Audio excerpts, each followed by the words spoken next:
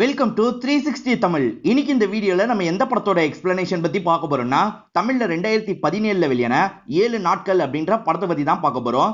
இது ஒரு பக்கவான suspense thriller படம்னு சொல்லலாம். ஸ்டார்டிங்ல இருந்து எண்டிங் வரைக்கும் பரபரப்பா கொண்டு போயிருப்பாங்க. முடிவு நீங்க எதிர்பார்க்காத மாதிரி இருக்கும். கண்டிப்பா இந்த படம் உங்க எல்லாருக்குமே பிடிக்கும் நம்புறேன். இந்த படத்தோட எக்ஸ்பிளனேஷனுக்குள்ள போறதுக்கு முன்னாடி இந்த வீடியோக்கு ஒரு லைக் போடுங்க. அது மூலியமா இந்த வீடியோ இன்னும் நிறைய பேர்கிட்ட கொண்டு போய் சேர்க்கப்படும். இப்ப டைம் வேஸ்ட் பண்ணாம நம்ம நேரடியா எக்ஸ்பிளனேஷனுக்குள்ள போயிடலாம். படத்தோட ஸ்டார்டிங் சீனே விஜய்னு ஒரு பிசினஸ் மேனை நமக்கு காட்டுறாங்க. இவர் பையன் பேரு சித்தார்த் அப்படின்றது. இன்னைக்கு சித்தார்த்துக்கு நிச்சயதார்த்தம் பிளான் பண்ணிருக்காரு. இதனால நிறைய பேர் இந்த ஃபங்க்ஷனுக்கு வந்திருக்காங்க. இந்த ஸ்டேட்டோட சிஎம் கூட இவரோட ஃப்ரெண்டா இருப்பாரு. அவருமே இந்த ஃபங்க்ஷனுக்கு வந்திருக்காரு. விஜய் என்ன சொல்றாருன்னா, என்னோட பையன் நான் சொல்ற எதையுமே கேட்காம இருந்தது கிடையாது. கடைசி நேரத்துல தான் இந்த விஷயத்தை பத்தி அவன் கிட்ட சொன்னேன். என் சம்பந்தியா வரப்போறவரும் ஒரு பிசினஸ் மேன் தான் அப்படின்ற மாதிரி சொல்லிட்டாரு. இப்ப எல்லாருமே இந்த இடத்துல கிளாப்லாம் தட்டிட்டு இருக்காங்க. இவரும் அந்த சம்பந்தியா அந்த இடத்துக்கு வெல்கம் பண்ணிட்டாரு. அவரும் பொண்ணோட இந்த இடத்துக்கு வந்துட்டாரு. இந்த இடத்துல நல்லபடியா நிச்சயதார்த்தத்தை எல்லாம் பண்ணி முடிச்சிடுறாங்க. சித்தார்த்த பொறுத்த வரைக்கும் ஜெனிஃபர்னு ஒரு பொண்ணை லவ் பண்ணிருப்பாரு. ஆனா அந்த பொண்ணு பெருசா இவரை லவ் எல்லாம் பண்ணிருக்க மாட்டாங்க. இவரை தொடர்ச்சியா தொல்லை பண்ணிட்டு இருக்காரு. இப்ப பார்ல அவங்கள பாக்குறதுக்காக ஃப்ரெண்ட்ஸ் கூட வந்திருக்காரு. சித்தார்த்தோட வேற ஒரு ஃப்ரெண்டு தான் அந்த பொண்ணு கூட டான்ஸ் ஆடிட்டு இருக்காரு. இவங்க பாத்துட்டாங்கன்னு தெரிஞ்சோன்னா பயங்கரமா ஷாக் ஆயிடுறாரு. ஏண்டா யாரு கூட நீ டான்ஸ் ஆடிட்டு இருக்கியா அப்படின்ற மாதிரி கோவப்படுறாரு. நீ நினைக்கிற மாதிரிலாம் இல்ல, ஃப்ரெண்டு மாதிரி தான் நாங்க பழகிட்டு இருக்கோம்னு அவர் சொல்றாரு. ஆனா இதை சித்தார்த் ஏத்துக்க மாட்டாரு. இவனை நல்லா அடிங்க, நான் அவளை போய் கவனிக்கிறேன் அப்படின்ற மாதிரி கிளம்புறாரு. இது எல்லாத்தையும் பாத்ரூம்குள்ள இருக்க ஒரு மர்ம நபர் கேட்டுட்டு இருக்காரு. இப்ப சித்தார்த் நேரடியா ஜெனிஃபர் கிட்ட வந்துடுறாரு. உனக்கு என்னடி அவ்வளவு திமிரு, நீ ஒழுங்கா என் கூட வான்ற மாதிரி கூப்பிடுறாரு. முதல்ல என்னோட கையை விடு அப்படின்ற மாதிரி ஜெனிஃபரும் இங்க இருந்து கிளம்பி போறாங்க. கொஞ்ச நேரம் கழிச்சு இந்த சித்தார்த் இருக்காரு பாத்தீங்களா, கார்ல ஃப்ரெண்ட்ஸோட இங்க இருந்து கிளம்பி போறாரு. ஒரு மர்ம நபர் இவங்க கார்ல கிளம்பி போறத பாக்குறாரு. இவர் யாரு என்ன நமக்கு தெளிவா காட்ட மாட்டாங்க. மறுநாள் காலையில நம்ம ஹீரோவை காட்டுறாங்க. ஹீரோவோட பேரு கௌதம் அப்படின்றது. அக்கா கூட தான் ஸ்டே பண்ணிட்டு இருக்காரு. அக்காக்கு 2 பசங்க இருக்காங்க. மாமாக்கு என்னாச்சு ஏதாச்சுன்றது நமக்கு தெரியல. இப்ப இவர் இருக்காரு பாத்தீங்களா, டாக வாக்கிங்க்கு கூட்டு போனோம் அப்படின்ற மாதிரி கூட்டு போறாரு. அந்த நாய் இருக்குல்ல, பக்கத்து வீட்டு பால்ல ஒண்ணு கடிச்சிட்டு போயிருது. இதை பாக்குற அந்த வீட்டு லேடி பயங்கரமா டென்ஷன் ஆயிடுறாங்க. அவங்க பொண்ணுகிட்டே இந்த விஷயத்த சொல்லிட்டாங்க. அந்த பொண்ணோட பேரு பூஜா அப்படின்றது. இவங்க தான் இந்த படத்தோட ஹீரோயினா இருப்பாங்க. இப்ப ஹீரோவோட அண்ணி கிட்ட பயங்கரமா சண்டெல்லாம் போட்டுட்டு இருக்காங்க. அவங்க வரட்டும் கவனிச்சுக்கிறேன் அப்படின்ற மாதிரிலாம் கோவமா சொல்லிட்டு இருக்காங்க. ஹீரோ பீச்சு கிட்ட தான் நடந்து வந்துட்டு இருக்காரு. அப்போ ஒரு பொண்ணு கிட்ட இருந்து 2 பேர் பொருளை திருடிட்டு போறாங்க. அந்த பொண்ணை காப்பாத்துங்க காப்பாத்துங்கன்னு கத்துறாங்க. கவனிச்ச ஹீரோ இருக்காரு பாத்தீங்களா, ஓடி வந்து அவங்க 2 பேரையும் ஒரு இடத்துல லாக் பண்ணிட்டாரு. அவங்க 2 பேர் கூட பயங்கரமா சண்டை போட்டு அந்த பொருளை மீட்டு எடுத்துடுறாரு. அந்த பொண்ணு கிட்டயும் தந்துடுறாரு. திரும்பி இவங்க 2 பேருமே சேர்ந்த மாதிரி வீட்டுக்குள்ள நுழையிறாங்க. அப்ப ஹீரோயின் இருக்காங்கல்ல, பட்டாசு வெடிக்கிற மாதிரி பண்ணிடுறாங்க. அந்த பட்டாசு வெடிக்கிறதுல இவங்க 2 பேருமே பயந்த மாதிரி வீட்டுக்குள்ள விழுந்துடுறாங்க. இதெல்லாம் பாக்குற ஹீரோயின் பயங்கரமா சிரிச்சு கிண்டல் பண்றாங்க. உன்ன ஒரு நாள் கவனிச்சுக்கிறேன் அப்படின்ற மாதிரி ஹீரோவும் பைக் எடுத்துட்டு இவர் வேலை பார்க்குற இடத்துக்கு வந்துடுறாரு. எஃப்எம் ஸ்டேஷன்ல தான் ஹீரோ வேலை பார்த்துட்டு இருக்காரு. ஹீரோ ஒரு ப்ரோக்ராம் பண்றாரு பாத்தீங்களா, அது சூப்பரா போயிட்டு இருக்கு. அதனால கம்பெனியை சேர்ந்து எல்லாருமே இவரை பாராட்டுறாங்க. இவருமே இந்த இடத்துல ரொம்ப சந்தோஷப்படுறாரு. இப்ப நைட்டு நேரம் வேலையெல்லாம் முடிச்சுட்டு இவரும் கிளம்பிட்டு இருக்காரு.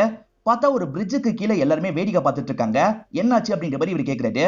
ஒரு பொண்ணோட பாடி பைக்கோட கிடைச்சிருக்கு, யாரோ கொலை பண்ணிருக்காங்க போல அப்படின்ற மாதிரிலாம் சொல்றாங்க. இவருமே அந்த இடத்த பாக்குறாரு. அந்த பொண்ணுக்காக ஃபீல் பண்ணிட்டு இந்த இடத்த விட்டு கிளம்ப ஆரம்பிக்கிறாரு. மீட் எடுத்த பொண்ணு தான் ஜெனிஃபரா இருப்பாங்க. அதாவது ஸ்டார்டிங்ல காமிச்சாங்கல்ல, அந்த ஜெனிஃபரா இருப்பாங்க. இப்ப போலீஸ்லாம் யார் இதுக்கு பின்னாடி காரணமா இருப்பா அப்படின்ற மாதிரிலாம் யோசிக்க ஆரம்பிக்கிறாங்க. அந்த பொண்ணு கடைசியா பார்ல இருந்து கிளம்பி போனாங்கல்ல, அங்க போய் இவங்க விசாரணை பண்ணிருப்பாங்க. சித்தார்த் இருக்காரு பாத்தீங்களா, இவங்களை தடுத்து தடுத்து பேசுறதுக்காக ட்ரை பண்ணிட்டு இருக்காரு. மேலெல்லாம் கை வைக்காத, முதல்ல என்ன விடு அப்படின்ற மாதிரி இவங்களும் கோவமா பேசிட்டு அங்க இருந்து கிளம்பி போறாங்க. அவர் அடிக்க வேற செஞ்சிருப்பாங்க. அவர் பயங்கரமா கோவப்படுறாரு.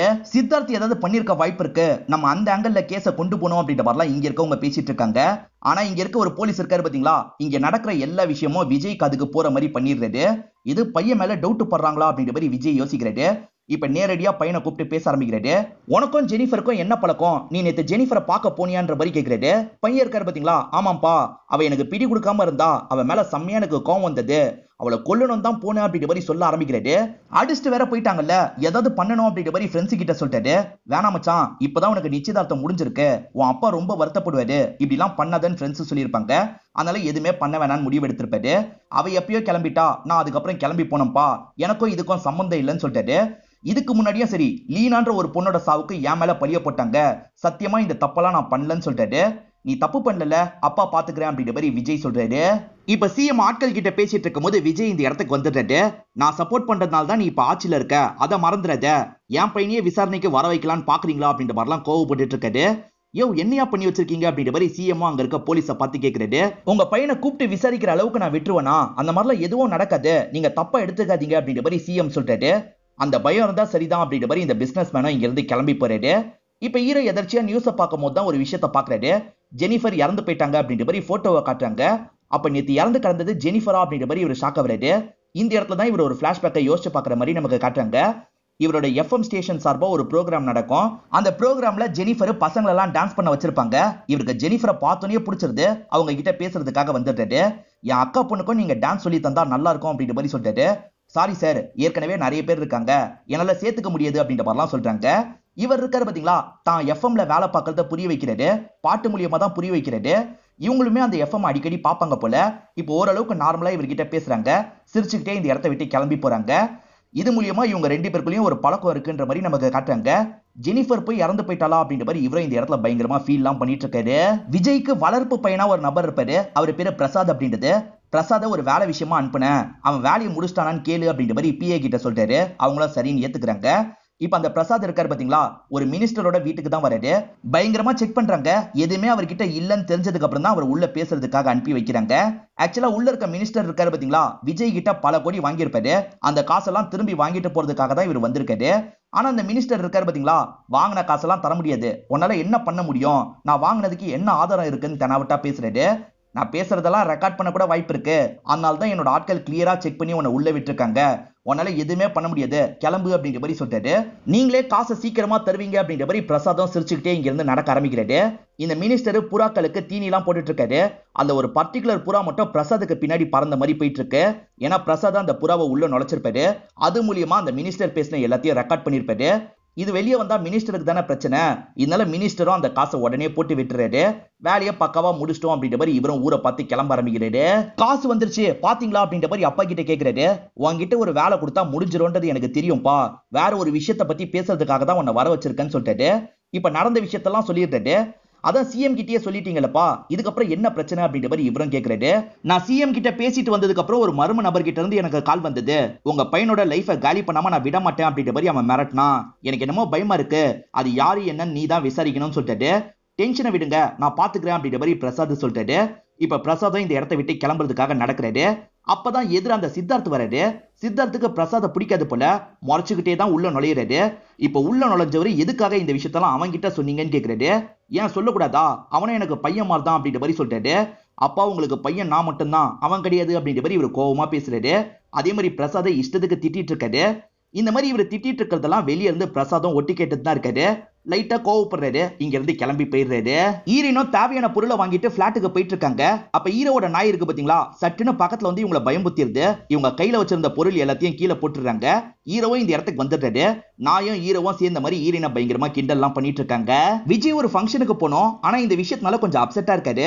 இதை கவனிக்கிற பிரசாத் இருக்காருல்ல, அதான் விஷயத்தை என்கிட்ட ஒப்படைச்சிட்டீங்கல்ல, நீங்க தைரியமா அந்த ஃபங்க்ஷனுக்கு போங்கன்ற மாதிரி அனுப்பி வைக்கிறாரு.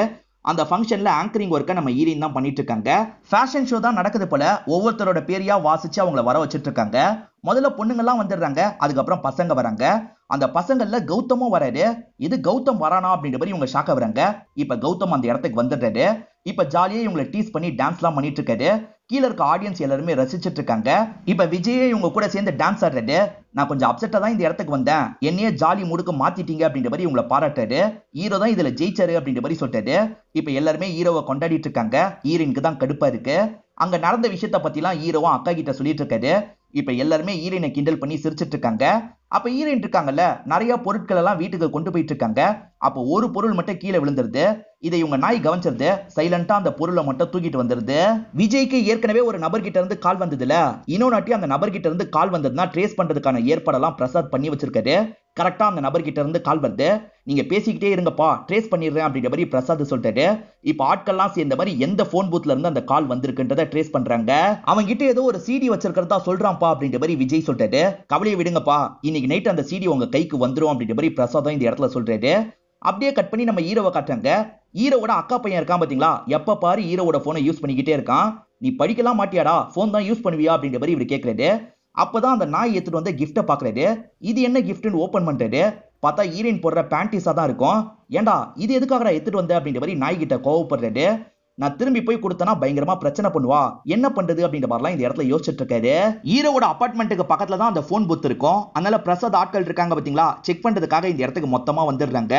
ஹீரோவும் ஹீரோயின் ரூம்குள்ள எப்படியாவது போட்டணும் அப்படின்ற மாதிரி யோசிக்கிறாரு. அவங்க கதவு லாக்ல இருக்குல்ல, அடிவலிக்கா போட்டுலாம்னு நினைக்கிறாரு. அப்படி போடுறதுக்காக இவரை ட்ரை பண்ணிட்டு இருக்கும் போது அவங்க எதர்ச்சியா கதவை திறந்துடுறாங்க. இவர் வேற கீழே படுத்திருக்காருல, தப்பா பாக்குறாரு அப்படின்ற மாதிரி இவங்க கத்த ஆரம்பிச்சிடுறாங்க. சோ எல்லாருமே இந்த இடத்துக்கு வந்து என்னாச்சு ஏதாச்சுன்னு கேட்டுட்டு இருக்காங்க. ஈரினால என்னாச்சுன்னு சொல்ல முடியல, அதெல்லாம் ஒண்ணும் இல்ல கிளம்புங்க அப்படின்ற மாதிரி அனுப்பி விடுறாங்க. இப்பதான் இந்த அபார்ட்மெண்ட்ல சாம்னு ஒரு நபரை காட்டுறாங்க. அவரும் யாருக்கோ பரபரப்பா மெயிலாம் அனுப்பி விடுறாரு. இவர் தான் விஜய்க்கு கால் பண்ணிருக்காரு போல. ஆட்கள்லாம் சுத்து போட்டிருக்காங்க அப்படின்றது இவருக்கு தெரிய வருது. கண்டுபிடிச்சு வரதுக்குள்ள ஏதாவது பண்ணணும்னு நினைக்கிறாரு. இப்ப வேகமா ஒரு சீடி எடுத்துக்கிறாரு. இந்த அபார்ட்மெண்ட்ல ஹீரோ மட்டும் தான் இவருக்கு ஃப்ரெண்டா இருப்பாரு. ஹீரோவோட பிளாட்ல இந்த சீடியை தந்துடணும் அப்படின்ற மாதிரி வேகமா வந்துட்டு இருக்காரு. இப்ப கதவு வழியா தூக்கி போடலாம்னு நினைக்கிறாரு. அது ஹீரோ கதவுல பட்டு ஹீரோனோட கதவுக்குள்ள போயிருது. ஐயோ இவ வீட்டுக்குள்ள போயிருச்சேன்னு யோசிக்கிறாரு. ஹீரோக்கு மெசேஜ் மூலியமா சொல்லிடலாம் அப்படின்ற மாதிரி மெசேஜ் பண்ணிக்கிட்டே கீழே இறங்கி வராரு. அங்க போஸ்ட் பாக்ஸ் இருக்குல்ல, அதுக்குள்ள ஒரு லெட்டரை போடுறாரு. இங்க இருந்து கிளம்பணும்னு கிளம்ப பாக்குறாரு. அதுக்குள்ள கீழே இருக்க ஆட்கள் இருக்காங்கல்ல, இவன் தான் போல அப்படின்ற மாதிரி துரத்த ஆரம்பிக்கிறாங்க. இவரும் தப்பிக்கணும்னு வேகமா இவங்க கிட்ட இருந்து ஓட பாக்குறாரு. சாமும் காம்பவுண்ட் சவரை எகிரி குதிக்கிறாரு. அப்ப தெரியாதனமா போன் கீழே விழுந்துருது. இந்த 3 நாட்கள் எப்படியாவது சாம பிடிக்கணும்ன்ற மாதிரி துரத்திட்டு இருக்காங்க. அண்டர் கன்ஸ்ட்ரக்ஷன்ல இருக்க ஒரு பில்டிங் கிட்ட சாம் வந்துடுறாரு. இப்ப தப்பிச்சு ஓடிட்டு இருக்கும் போது தெரியாதனமா ஸ்லிப் ஆகி மேல இருந்து கீழே விழுந்துடுறாரு. அதே இடத்துல இறந்து போயிடுறாரு. சிடி இருக்கான்னு தேடி பார்த்திருப்பாங்க. சிடி கிடைச்சிருக்காது. சார் அவன் கிட்ட எந்த சீடியும் கிடைக்கல, அவன் இறந்து போயிட்டான்ற மாதிரி சொல்றாங்க. ஹீரோக்கு இன்னைக்கு தான் பர்த்டேவா இருக்கும். முதல்ல பேரண்ட்ஸோட ஃபேஸ் தான் பார்க்கணும் அப்படின்ற மாதிரி போட்டோவை பத்தி இவர் வேண்டிக்கலாம் செய்யறாரு. லெட்டர்லாம் வந்திருக்கான்னு எடுக்கிறாரு. ஏகப்பட்ட லெட்டர் இவருக்கு வந்திருக்கு. இவர் எஃப்எம்ல வேலை பார்க்கறதுனால ஃபேன்ஸ் தான் லெட்டர்லாம் அனுப்பியிருப்பாங்க. ஒரு லெட்டர் மட்டும் பீட்டர்னு போட்டு இருக்கு. அது தப்பா வந்திருக்குன்றதை ஹீரோ புரிஞ்சுக்கிறாரு. ஆக்சுவலா அது தப்பா வந்திருக்காது. நேத்து நைட்டு சாம் போட்ட மாதிரி காமிச்சாங்கல்ல, அந்த லெட்டரா தான் இருக்கும்.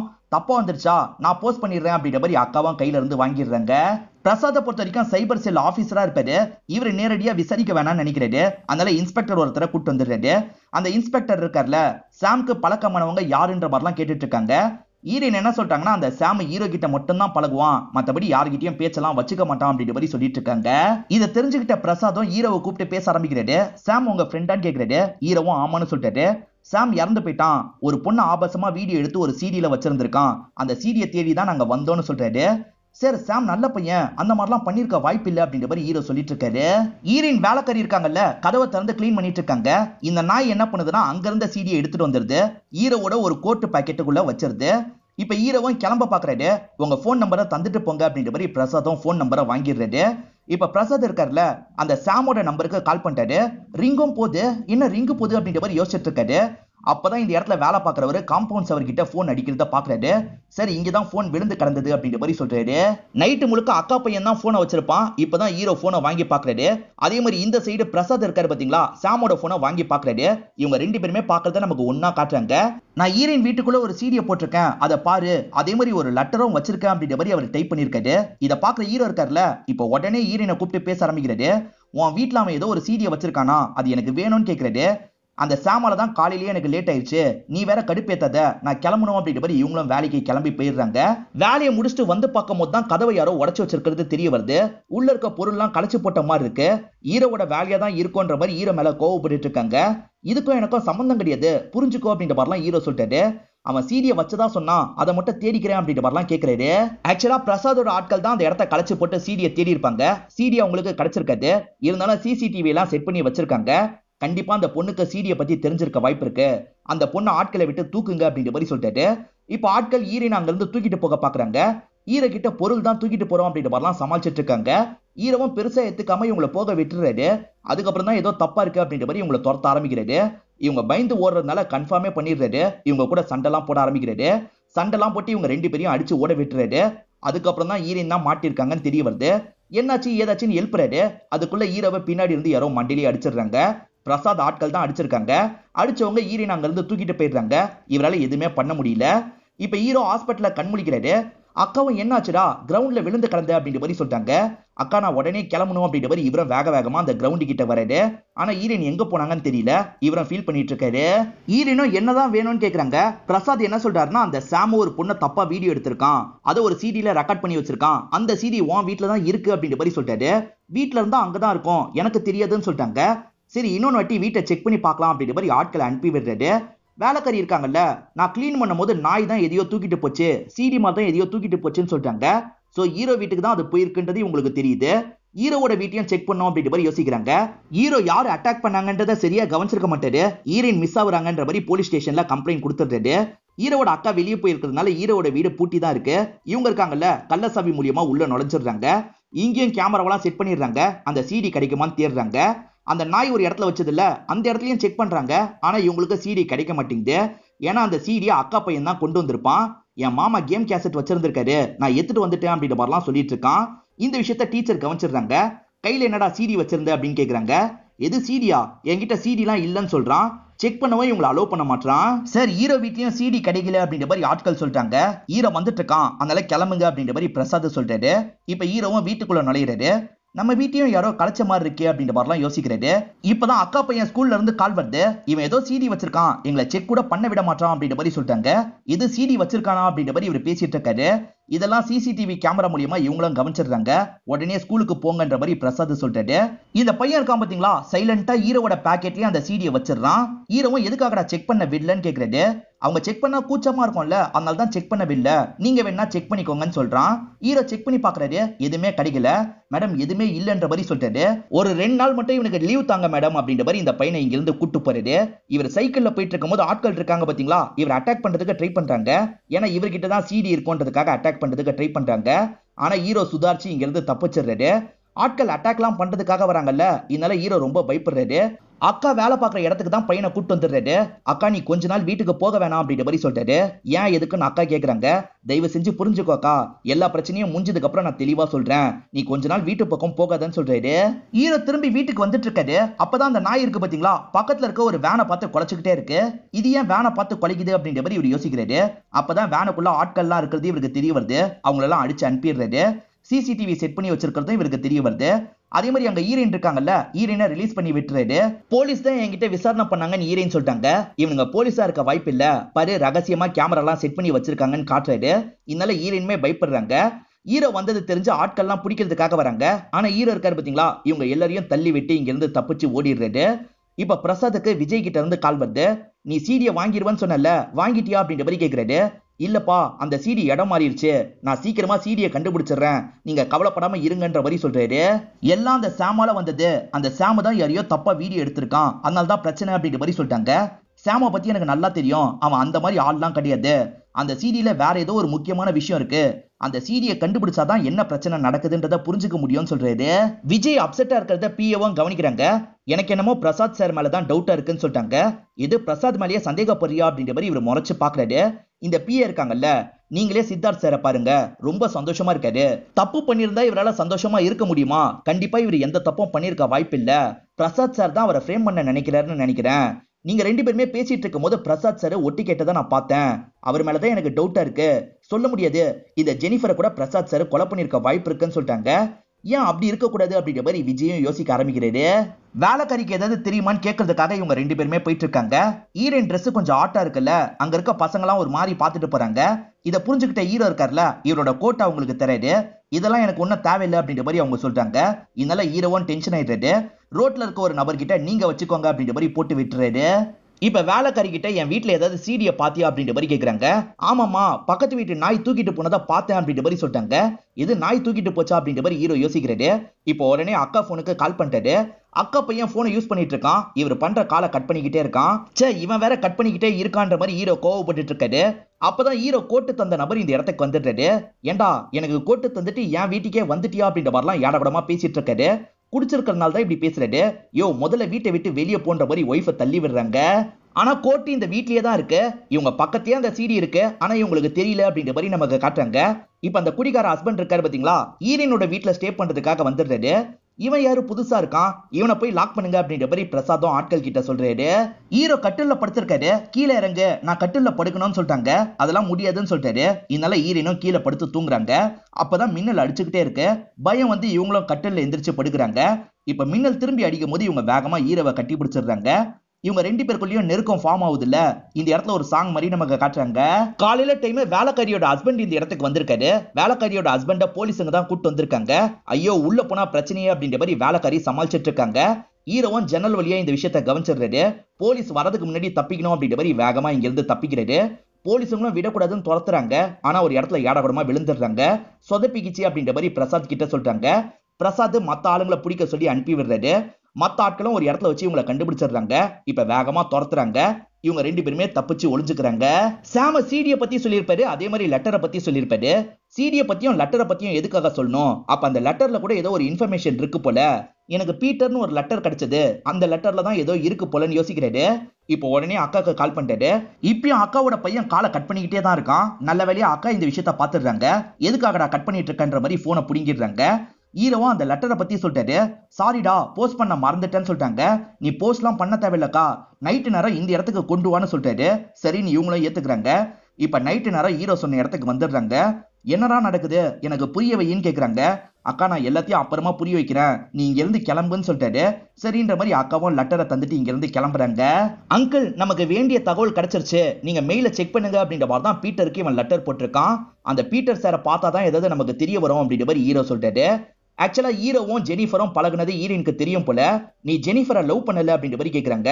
நான் லவ் பண்ணேன், ஆனா அவ கடைசி வரைக்கும் என்ன ஒரு ஃப்ரெண்டா மட்டும் தான் பார்த்தா அப்படின்ற மாதிரிலாம் இந்த இடத்துல சோகமா சொல்றாரு. அப்படியே கட் பண்ணி நமக்கு பிரசாத காட்டுறாங்க. விஜய் கிட்ட தான் பிரசாத் பேசிட்டு இருக்காரு. இதுக்கெல்லாம் காரணம் இவன் தான்ப்பா, இவனை பிடிச்சா எனக்கு அந்த சிடி கிடைச்சிரும் அப்படின்ற மாதிரிலாம் சொல்லிட்டு இருக்காரு. ஆனா இப்ப விஜய்க்கு பிரசாத் மேலேயே லைட்டா டவுட் வந்துருது. இவர் சொல்றத பெருசா நம்ப மாட்டாரு. இவன் ஒருவேளை ஏதாவது தப்பு பண்றானான்னு யோசிக்கிறாரு. அந்த அட்ரஸ் மூலியமா இவங்களும் பீட்டரோட வீடை கண்டுபிடிச்சு பாக்குறதுக்காக வராங்க.